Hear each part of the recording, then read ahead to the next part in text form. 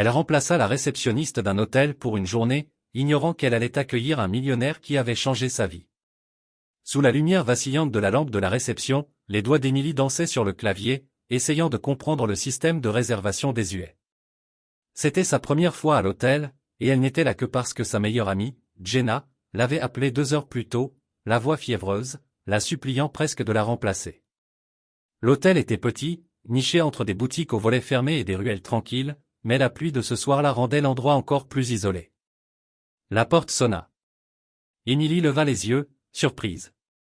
Un homme grand entra, abritant l'averse, la pluie dégoulinant de son manteau noir, les épaules légèrement voûtées, comme si le poids du temps reflétait quelque chose en lui. Ses cheveux noirs collaient à son front et à ses yeux sans vie, creux, comme s'il n'avait pas vu la lumière depuis bien trop longtemps. Elle s'éclaircit la gorge et afficha son plus beau sourire. « Bonsoir. Avez-vous une réservation ?» Il hésita, restant un peu trop longtemps silencieux. « Je ne sais pas, » dit-il d'une voix basse, presque rauque. « J'ai appelé plus tôt. » Elle hocha la tête et commença à taper. « Pas de problème. Sous quel nom dois-je vérifier ? » Encore cette pause. Il la regarda, non seulement son visage, mais à travers elle, comme quelqu'un qui se demandait s'il devait parler ou disparaître. « Graham, » dit-il finalement. « Graham Weston. » Emily saisit le nom et trouva rapidement la réservation. Compris. Chambre 204. Une nuit, lit king size, départ tardif. Il ne répondit pas. « Vous avez besoin d'aide pour autre chose ?» demanda-t-elle en lui tendant la carte magnétique. Graham prit la carte lentement. Leurs doigts se frôlèrent une fraction de seconde, mais il ne broncha pas. Il ne sourit pas non plus. « Merci » murmura-t-il, puis se retourna. À mi-chemin de l'ascenseur, il s'arrêta. Emily le regarda rester immobile, dos à elle, pendant près de 5 secondes.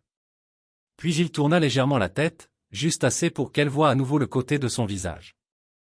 Son regard, lointain et vide, croisa le sien l'espace d'une seconde. Puis il entra dans l'ascenseur et disparut. Elle expira. Quelque chose en lui la troublait, non pas de peur, mais de tristesse, comme regarder quelqu'un se noyer alors qu'il est encore debout sur la terre ferme. 1 heure passa. Le hall resta silencieux. Emily se rassit dans son fauteuil derrière le bureau, feuilletant nonchalamment de vieux magazines. La pluie frappait doucement les vitres, un rythme régulier qui correspondait au tic-tac de l'horloge murale au-dessus d'elle. Soudain, quelque chose attira son attention. Dehors, derrière les portes vitrées, à peine visibles à travers les trompes d'eau, une silhouette se dessinait. Elle se leva lentement. Pas de parapluie, pas de mouvement, juste un homme assis sur le banc métallique du petit balcon-jardin, devant la chambre 204. Il ne fumait pas. Il n'était pas au téléphone. Il était assis, immobile, trempé, comme s'il ne ressentait pas le froid. Emily se rapprocha de la vitre. C'était Graham. Elle jeta un coup d'œil à l'horloge. Cela faisait plus d'1 heure qu'il était arrivé. Pourtant, il était assis là, la tête baissée, les épaules affaissées. Elle avait envie de sortir pour lui demander s'il allait bien. Mais quelque chose la retenait. Pas la peur, mais l'intuition, le sentiment inébranlable qu'il ne s'agissait pas d'un homme pris sous la pluie. C'était quelqu'un qui cherchait à ressentir quelque chose, n'importe quoi. Un éclair illumina le ciel derrière lui. L'espace d'un instant, sa silhouette se découpa sur les murs de pierre mouillée, les mains serrées comme en signe de prière ou de désespoir. La poitrine d'Emily se serra. Elle se détourna de la fenêtre, le cœur battant, sans savoir pourquoi elle avait la gorge serrée. De retour à son bureau, elle fixa le bloc-notes vierge à côté du téléphone et, lentement, presque sans réfléchir, en déchira un morceau. Elle prit un stylo. Sa main resta suspendue un instant, puis elle écrivit une seule phrase. Elle plia soigneusement le mot. Plus personne ne pénétra dans le hall après cela. La pluie tomba plus fort, et Emily resta assise en silence, le morceau de papier plié dans sa paume, attendant le moment propice. Emily ne dormit pas de la nuit, même après la fin de son service, même après le retour du directeur qui la remercia d'un sourire las. Même après avoir parcouru les 12 pâtés de maison qui la séparaient de chez elle, pieds endoloris et vêtements humides, son esprit restait fixé sur l'homme de la chambre 204, Graham Weston.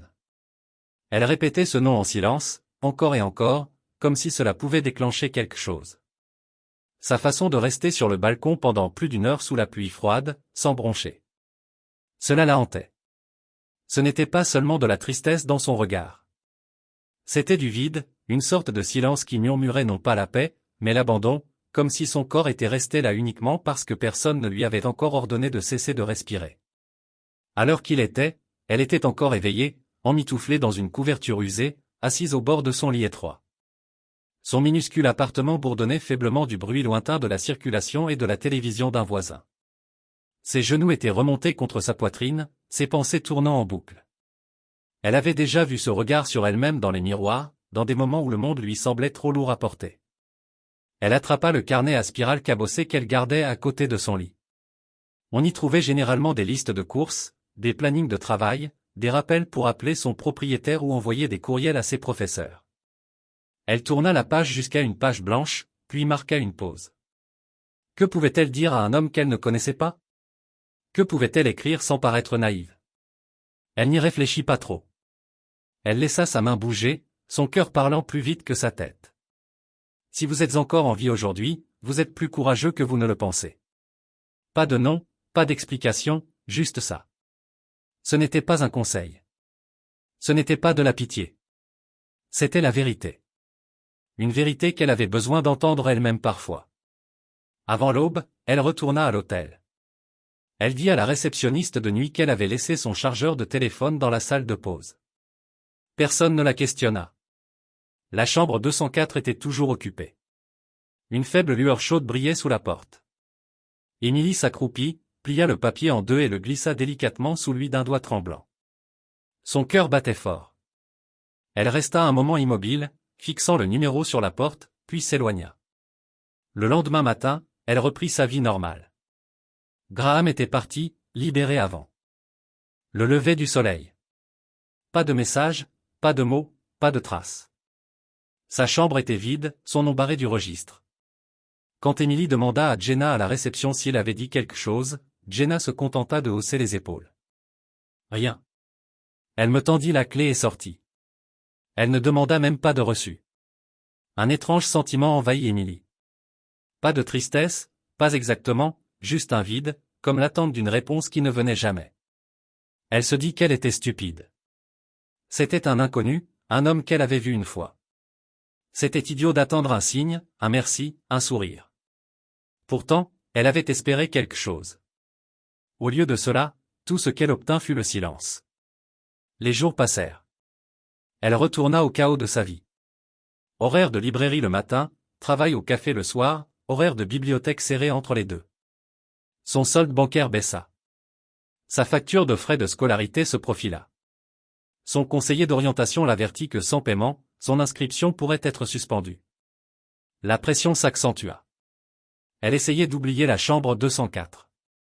Mais parfois, lorsqu'elle fermait le café seule, essuyant les comptoirs au bourdonnement d'un ventilateur, elle se souvenait de l'homme trempé de pluie sur le balcon, celui dont les yeux étaient comme des portes qui ne menaient nulle part. Et elle se demandait, non pas constamment, mais par éclairs discrets, ce mot avait-il de l'importance? L'avait-il lu? Allait-il bien? Elle ne le saurait jamais. Mais au fond d'elle-même, elle espérait, désespérément, silencieusement, que ces 12 mots l'avaient retenu juste assez longtemps, que peut-être, juste peut-être, ils avaient attrapé quelqu'un au bord du gouffre. 2 mois s'étaient écoulés depuis cette nuit pluvieuse. Emily avait rangé le souvenir de Graham dans un coin tranquille de son esprit, rangé quelque part entre une curiosité passagère et un espoir silencieux. La vie n'avait pas ralenti. Au contraire, elle était devenue plus pesante. Les frais de scolarité augmentaient. Ses horaires de travail au café s'allongeaient et la librairie avait réduit ses horaires en raison de la faiblesse des ventes. Alors, lorsqu'elle ouvrit sa boîte mail un matin et vit un message intitulé « Offre d'emploi pour assistant du directeur général », elle pensa qu'il s'agissait d'un spam jusqu'à ce qu'elle lise les détails. Son nom complet était correctement orthographié. Le message mentionnait une recommandation personnelle. L'expéditeur était une grande entreprise du secteur des technologies de la santé. Eterion, une entreprise dont elle n'avait que vaguement entendu parler par les médias. Elle relut le courriel 3 fois.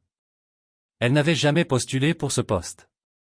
Un numéro de téléphone était indiqué. Elle le composa d'une main tremblante, s'attendant presque à ce qu'un répondeur réponde. Bonjour. Ici Catherine d'Eterion. Une voix joyeuse dit. S'agit-il de mademoiselle Emily Clark? Oui, balbutia-t-elle. Nous sommes ravis que vous ayez reçu notre message. Nous aimerions vous inviter à un entretien en personne avec notre directrice générale concernant le poste d'assistante. Je pense qu'il y a une erreur, dit Emily. Je n'ai jamais postulé. Il y eut un silence. En fait, vous avez été recommandé par quelqu'un qui a demandé à rester anonyme pour le moment. Emily accepta le rendez-vous, incapable d'expliquer pourquoi, le cœur battant à tout rompre avec l'inquiétude et quelque chose de dangereusement proche de l'excitation. 3 jours plus tard, elle se retrouva devant le siège social rutilant d'Athéterion, vêtue de son plus beau blazer d'occasion et des seuls talons qu'elle possédait. Le hall était en marbre poli et en verre. Chacun de ses pas résonnait. On l'escorta jusqu'à l'étage exécutif. « Attendez ici », dit l'assistante en désignant une porte. Emily entra. Le bureau était baigné de lumière par de hautes fenêtres, modernes et minimalistes. Et au fond, derrière un élégant bureau en noyer noir, se tenait un homme en costume sur mesure. Il tournait le dos pour contempler l'horizon. Il se retourna et Emily cessa de respirer. C'était lui, Graham, mais pas l'homme de la chambre 204. Son homologue était grand, les épaules carrées, rasées de près, les cheveux soigneusement coiffés. Son regard était toujours profond, mais maintenant il était éveillé. Il sourit doucement. « Bonjour, Emily, dit-il. Elle cligna des yeux, stupéfaite. « Et vous? Vous travaillez ici? » « C'est moi qui dirige, » répondit-il. « Athéterion était mon entreprise depuis le début. Je reviens. » Elle avait du mal à trouver ses mots. « Je ne comprends pas. » Graham s'avança et sortit quelque chose de la poche de sa veste, un morceau de papier plié. Il était usé sur les bords, taché d'eau, mais encore lisible. Son écriture était gravée. « Si vous êtes encore en vie aujourd'hui, vous êtes plus courageux que vous ne le pensez. » « Je l'ai gardé, » dit-il doucement. « Je l'ai lu 3 fois ce matin-là, puis je me suis levé, j'ai fait mon sac et je suis parti, non pas parce que je me sentais mieux, mais parce que j'ai réalisé que quelqu'un, quelque part, pensait que je valais la peine d'être sauvé. » Emily fixa le mot dans sa main, la poitrine serrée. « J'avais prévu, » continua-t-il, « de tout arrêter ce soir-là. Je ne vais pas te mentir. Je ne souffrais pas. J'étais engourdi. Je croyais que rien n'avait d'importance. Mais cette phrase que tu as écrite. » Il la regarda, la voix légèrement tremblante. Cela rompit le silence dans mon esprit. C'était la première voix qui ne sonnait ni jugement ni honte. C'était de l'espoir. Emily déglutit difficilement, l'émotion montant. Je ne savais tout simplement pas. J'avais peur. Tu avais l'air de quelqu'un qui avait besoin d'entendre quelque chose de vrai. Tu avais raison, dit Graham, et j'avais plus que tout besoin d'entendre que je n'étais pas invisible. Un silence s'installa entre eux, épais et sacré. Puis il dit, j'ai demandé ton nom au personnel de l'hôtel. Je ne voulais pas m'immiscer, alors j'ai attendu d'avoir quelque chose de vrai à offrir. Il fit un geste vers le bureau. Ce poste est à toi si tu le souhaites. Pas par charité, pas en guise de remerciement, mais parce que je crois que tu as ta place dans un endroit où ta voix compte. Emily le regarda vraiment. Il était toujours l'homme de cette époque. Une nuit pluvieuse, mais tellement plus encore. Et, d'une certaine manière, elle aussi.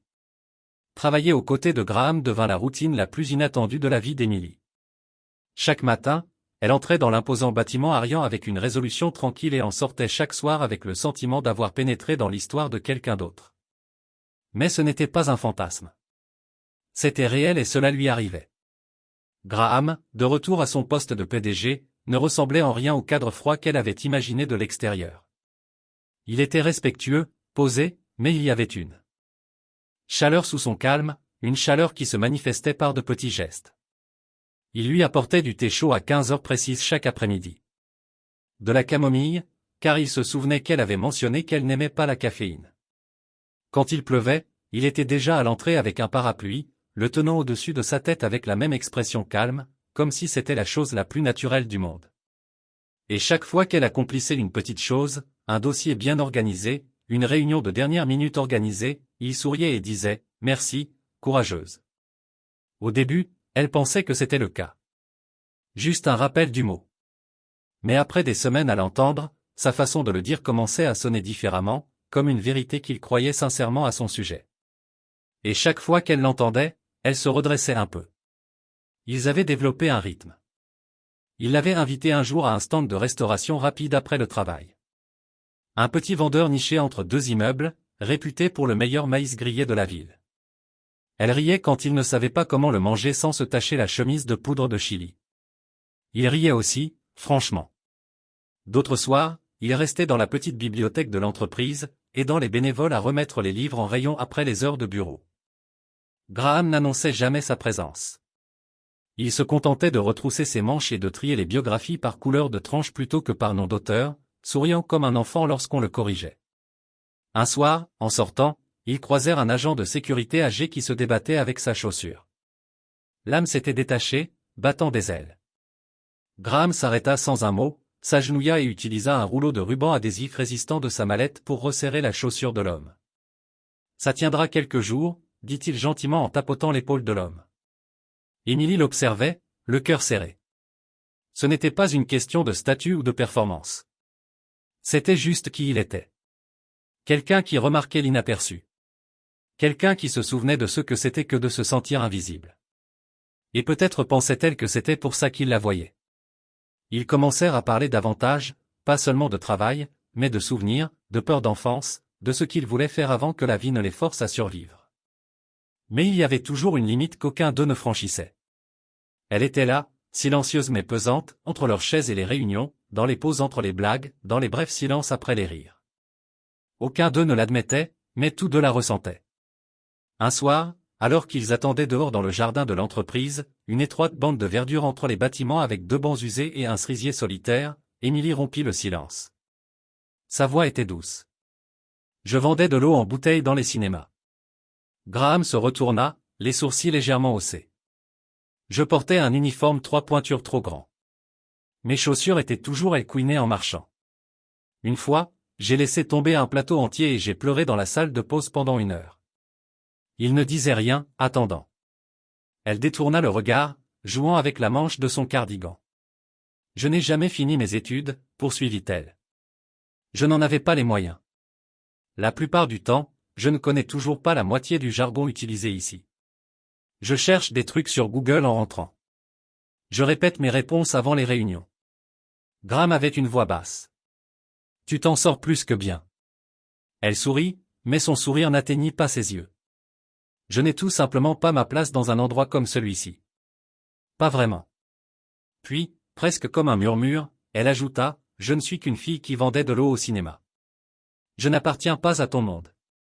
Graham se tourna complètement vers elle. Son expression n'exprimait pas de la pitié.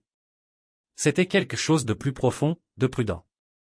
Il ouvrit la bouche pour répondre, mais marqua une pause. Au lieu de cela, il fouilla dans sa poche et en sortit le même mot qu'elle avait écrit, celui qu'il portait toujours, plié avec soin. Il ne dit rien. Il n'en avait pas besoin. Et à cet instant, Émilie ne savait pas si elle se sentait réconfortée ou plutôt effrayée par la profondeur de la perception que cet homme pouvait avoir d'elle. Il était tard, bien après les heures de bureau, et le bâtiment était plongé dans un doux silence. De l'autre côté de la fenêtre, la ville brillait doucement, atténuée par le crépuscule. Émilie et Graham étaient assis l'un en face de l'autre dans la petite salle de pause, des tasses de thé à moitié vides entre eux. Graham semblait fatigué, mais pas le genre de fatigue que l'on ressent après de longues réunions ou des emails interminables. C'était une lassitude profondément ancrée dans les os. Celle qui s'installe dans l'âme. Je te dois une histoire, dit-il doucement, les yeux rivés sur le thé tourbillonnant dans sa tasse. Émilie elle pencha la tête, tendant l'oreille. Vous savez que je suis le PDG, dit-il. Mais vous ignorez pourquoi je n'étais pas là jusqu'à récemment. Elle hocha lentement la tête. Elle s'était toujours interrogée sur ce vide. Les murmures dans le bureau, les phrases inachevées dans les articles qu'elle avait trouvés en ligne. Il se renversa dans son fauteuil, la lumière de la lampe éclairant les lignes nettes de son visage. Il y a 6 mois, un appareil développé par mon entreprise, un implant avancé pour la surveillance post-opératoire, a connu une panne lors d'une opération de routine. Le patient est décédé sur la table. Émilie eut le souffle coupé. La panne n'était pas due à notre technologie de base, dit-il. C'était un défaut d'un composant tiers, quelque chose que nous aurions dû détecter, mais que nous n'avons pas détecté à temps. Il marqua une pause.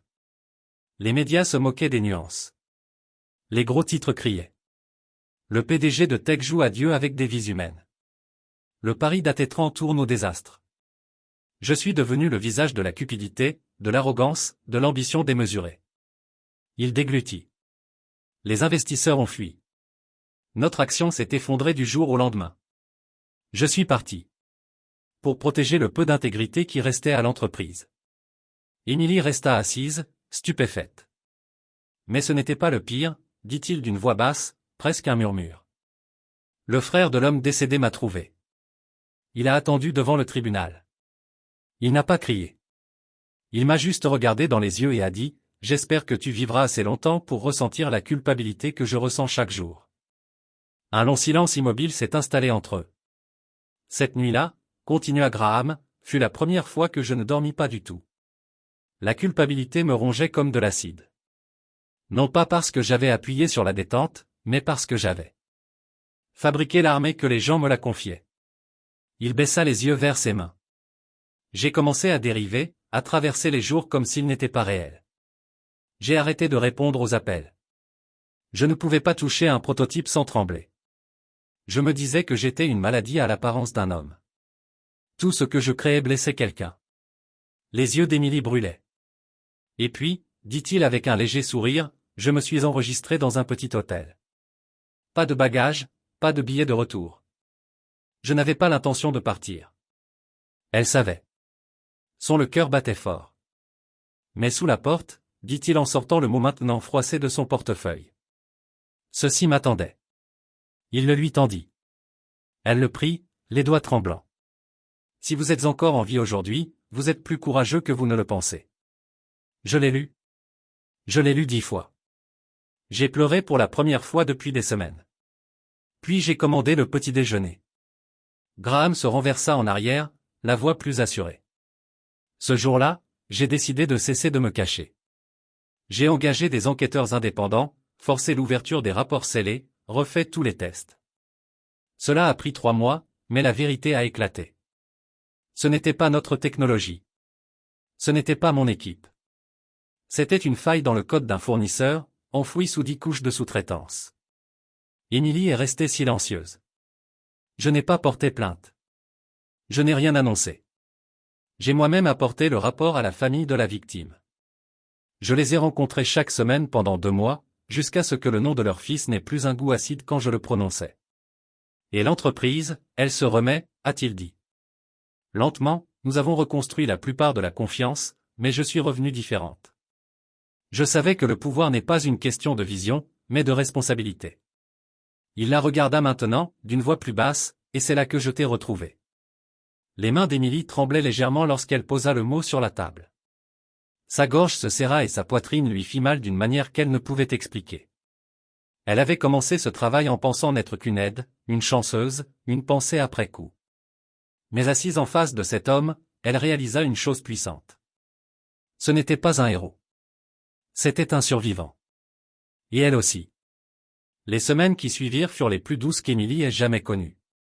Elle et Graham travaillèrent en étroite collaboration sur un nouveau projet, une initiative de santé publique pour les communautés défavorisées. C'était son idée, mais ils la présentaient toujours comme la leur. Ensemble, ils planifièrent des itinéraires de cliniques mobiles, s'associaient à des organisations à but non lucratif et visitaient des centres locaux. Chaque réunion, chaque discussion, donnait l'impression de construire quelque chose d'important. Et toujours, Graham était attentif, discrètement, presque invisiblement. Il posait une tasse d'eau chaude sur son bureau au moment même où elle s'asseyait, sans avoir besoin de lui demander sa préférence. S'il remarquait qu'elle était submergée par les emails, il laissait un petit mot, « respire ». Si elle avait froid aux mains dans la salle de conférence, il glissait sa tasse sur elle pour qu'elle la tienne. Il avait appris qu'elle aimait les fiches pour les nouveaux mots.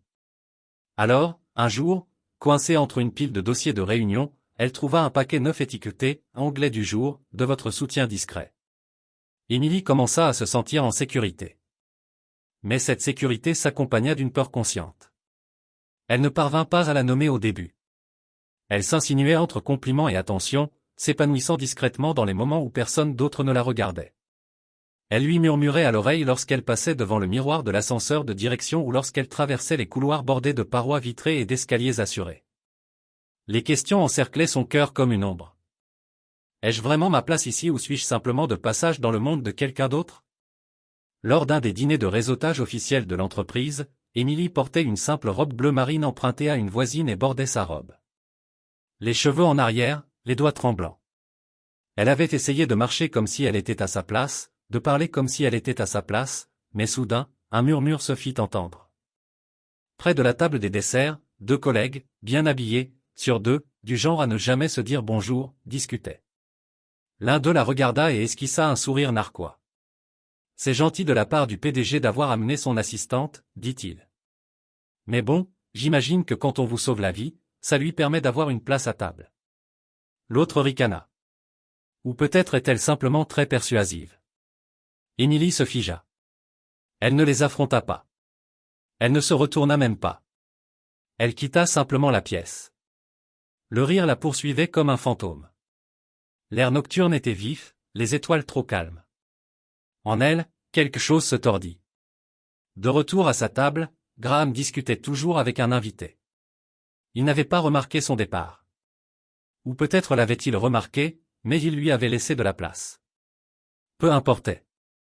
Elle revint brièvement, juste le temps de glisser un mot plié dans son assiette. Puis elle partit. Le mot disait, « Vous, m'a sauvé du désespoir. Mais maintenant, je dois me préserver de l'oubli. » Elle ne rentra pas immédiatement chez elle.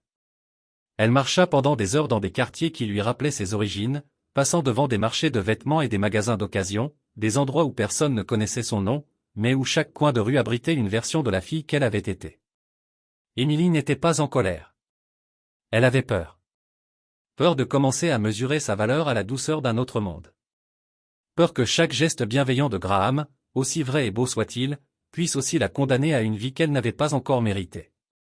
Elle avait besoin de prendre du recul, non pas pour lui échapper, mais pour se retrouver indépendante de l'homme qui lui avait autrefois donné le sentiment d'être vue. Car pour que l'amour grandisse, et elle était assez honnête pour l'appeler amour, il devait s'épanouir entre deux êtres entiers, non pas l'un qui tend vers le haut et l'autre qui tire vers le bas. Elle se devait cela, à elle-même et à lui. Émilie remit sa lettre le lundi suivant.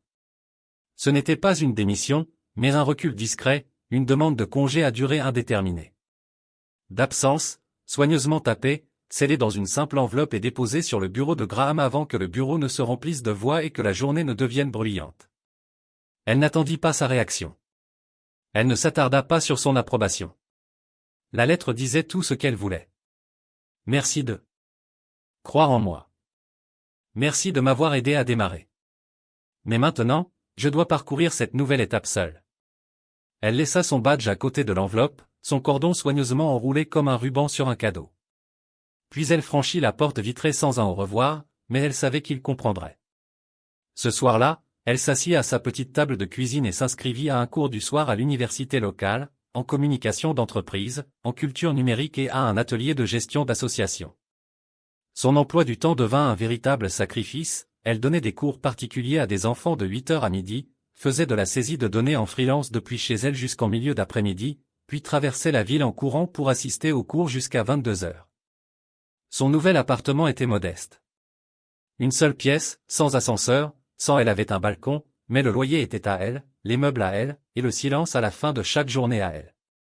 Graham n'avait offert aucun cadeau, aucune faveur, aucune attache cachée. Il avait proposé son aide discrètement et respectueusement, une bourse par-ci, un contact par-là. Elle avait décliné, non par fierté, mais volontairement, car elle ne voulait pas être construite par la gentillesse de quelqu'un d'autre. Elle voulait être entière, revenir à lui, non pas comme une jeune fille sauvée, mais comme une femme qui s'était reconstruite.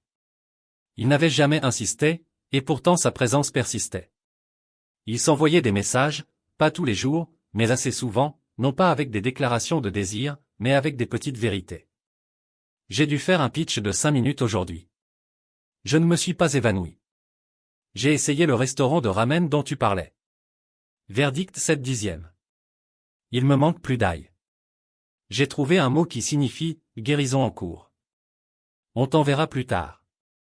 C'était étrange d'être séparés et pourtant tenus. Ce n'était pas de l'amour, pas au sens traditionnel du terme, mais quelque chose de plus durable. Et quelque part entre les deux. Épuisée et en pleine croissance, Émilie réalisa qu'elle ne survivait plus. Elle vivait. Chaque loyer payé. Chaque enfant qu'elle aidait lisait un paragraphe sans trébucher. Chaque nuit, elle s'endormait à sa guise. Tout cela n'était qu'un fil, tissant une vie qui lui semblait enfin propre. Et pourtant, certaines nuits, lorsque la ville se calmait et que ses manuels scolaires étaient fermés, elle ouvrait son journal et écrivait. Une entrée, écrite sous le murmure de la pluie de minuit, restait sa préférée. Il attendait au bord de ma tempête, non pas pour me tirer de là, juste pour tenir le parapluie si jamais je me retournais. S'il est toujours là quand je retrouverai mon équilibre, alors nous pourrons recommencer. Non pas à partir du chapitre 1, mais à partir du chapitre 2, comme deux êtres entiers qui se choisissent l'un l'autre. 2 ans passèrent. Émilie se tenait devant un auditorium bondé, les lumières chaleureuses sur son visage, le micro doux dans sa main. Ses cheveux blonds étaient tirés en arrière en une simple chignon, et elle portait une robe bleu marine ayant appartenu à sa mère. Elle n'avait pas besoin de prompteur. Sa voix, autrefois timide et incertaine, elle était désormais pleine de clarté et d'une confiance tranquille. Elle avait grandi dans son histoire, non seulement celle que les autres racontaient d'elle, mais celle qu'elle avait appris à se raconter. Elle était honorée pour son travail au sein d'une association à but non lucratif qui offrait des programmes d'alphabétisation et un accès aux soins de santé aux femmes défavorisées. Le projet avait débuté avec une salle de classe empruntée, 2 élèves et une pile de livres donnés. C'était désormais un réseau national. Des centaines de femmes, mères, survivantes, filles, pouvaient désormais écrire leur nom, comprendre les ordonnances, poser des questions sans crainte. Tandis que l'ovation debout résonnait dans la salle, Émilie balaya la foule du regard. Elle revit des visages familiers, des étudiants devenus bénévoles, des médecins qui avaient autrefois douté d'elle, hochant maintenant la tête avec fierté. Pourtant, son cœur battait la chamade, non pas à cause de la nervosité, mais d'autre chose, le sentiment que le moment n'était pas encore tout à fait accompli. Lorsque les applaudissements s'apaisèrent enfin et que les formalités furent terminées, elle quitta la scène et se joignit à la foule, serrant des mains, embrassant de vieilles amies, riant avec les femmes dont la vie était désormais étroitement liée à la sienne. Et puis, elle le vit debout au dernier rang, loin des projecteurs et des caméras, vêtu d'un gris discret, la silhouette haute et posée, les cheveux un peu plus longs, une touche argentée aux tempes. Graham. Il n'avait pas réservé de place au premier rang. Il n'avait pas envoyé de fleurs ni de messages. Il était simplement venu. Leurs regards se croisèrent à travers la pièce, et tout le reste, le bruit, les lumières, le mouvement, sembla s'estomper. Plus tard dans la soirée, ils se retrouvèrent à marcher ensemble le long de la rivière, la même rivière où, 2 ans plus tôt, Émilie avait marché seule par une nuit d'orage, perdue dans ses questions. L'air était maintenant frais, teinté du parfum de la pluie. Le chemin était calme, la ville tamisée en arrière-plan. La lumière de la lampe vacillait sur l'eau comme un souvenir qui revenait à la maison. « Je ne m'attendais pas à te voir aujourd'hui, » dit doucement Émilie. « Je n'ai jamais cessé de suivre ton travail, » répondit Graham d'une voix calme. Elle se tourna légèrement vers lui, le coin de la bouche s'arrondissant. « Tu n'as pas dit un mot. »« Je n'en avais pas besoin, » dit-il. « Tu disais déjà tout grâce à ce que tu as fait. » Ils s'arrêtèrent près d'un banc qui surplombait l'eau. Émilie caressa le bois du doigt, puis le regarda. « Tu l'as toujours ?» demanda-t-elle. Graham sortit son portefeuille, prudemment et sans hâte. Il déplia le morceau de papier usé et taché d'eau, le même qu'elle avait glissé sous la porte de sa chambre d'hôtel il y a si longtemps. « Si tu es encore en vie aujourd'hui, tu es plus courageux que tu ne le penses. » Émilie retint son souffle. « Tu l'as gardé toute ma vie, dit-il. Parce qu'il m'a rendu la mienne. » Il ne lui fit pas sa demande. Elle ne demanda rien. Mais il lui prit la main, la serra, et lorsqu'il se pencha pour déposer un baiser sur son front, cela dit tout ce que les mots ne pouvaient dire. Non pas une promesse éternelle, mais une reconnaissance du présent, de 2 vies qui s'étaient croisées, non par hasard ou par nécessité, mais pour un but. Dans les semaines qui suivirent, Graham reprit son travail de fondation, encadrant désormais de jeunes innovateurs technologiques en éthique et en leadership émotionnel. Émilie poursuivit ses programmes de sensibilisation, élargissant son champ d'action à l'éducation sanitaire rurale pour les jeunes mères. Ils n'ont pas emménagé ensemble. Ils n'en avaient pas besoin. Mais parfois, à la fin d'une longue journée, un message apparaissait sur nos téléphones, une simple ligne. Aujourd'hui, je suis toujours en vie. Alors, je suppose que je suis encore plus courageuse que je ne le pense. Si cette histoire vous a touché, vous a rappelé la force tranquille de la gentillesse ou vous a fait croire à nouveau aux secondes chances, alors prenez un moment pour réfléchir avec nous. Parfois, les plus petits mots peuvent sauver une vie. Parfois, la guérison ne vient pas par de grands gestes, mais par un silence partagé, par un bout de papier plié, par le simple fait d'être là. Si vous croyez au pouvoir des histoires qui guérissent, inspirent et nous rappellent l'essentiel, alors nous vous invitons à faire partie de notre aventure. Abonnez-vous à Soul Stirring Stories pour plus de récits de résilience, d'amour et d'espoir qui vous accompagneront longtemps après la fin de l'histoire. Merci de votre attention et n'oubliez pas, si vous êtes encore là, vous êtes déjà plus courageux que vous ne le pensez.